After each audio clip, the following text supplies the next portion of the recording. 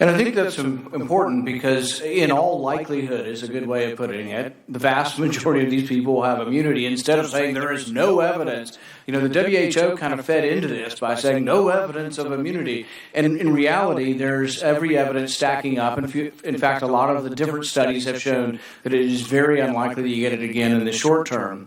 With regard to going back to school, one thing that was left out of that discussion is mortality. I mean, shouldn't we at least be discussing what the mortality of children is?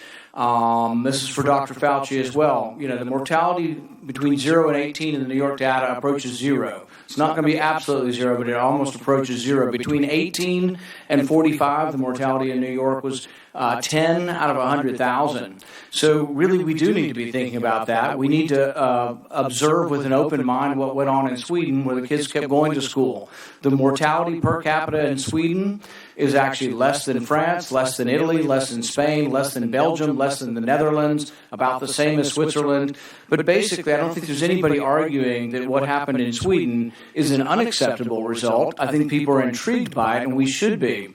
I don't think any of us are certain when we do all these modelings. There have been more people wrong with modeling than right.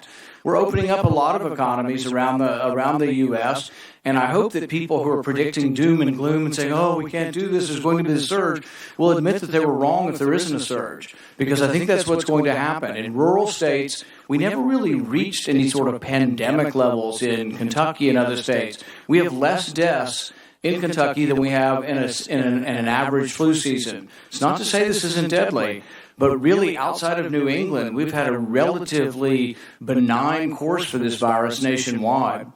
And I think the one-size-fits-all that we're going to have a national strategy and nobody's going to go to school is kind of ridiculous. We really ought to be doing it school district by school district, and the power needs to be dispersed because people make wrong predictions. And really the history of this, when we look back, will be of wrong prediction after wrong prediction after wrong prediction, starting with Ferguson in England. So I think we ought to have a little bit of humility in our belief that we know what's best for the economy. And as much as I respect you, Dr. Fauci, I don't think you're the end all. I don't think you're the one person that gets to make a decision. We can listen to your advice, but there are people on the other side saying there's not going to be a surge and that we can safely open the economy, and the facts will bear this out. But if we keep kids out of school for another year, what's going to happen is the poor and underprivileged kids who don't have a parent that's able to teach them at home are not going to learn for a full year. And I think we ought to look at the Swedish model, and we ought to look at letting our kids get back to school. I think it's a huge mistake if we don't open the schools in the fall. Thank you. Mr. Chair.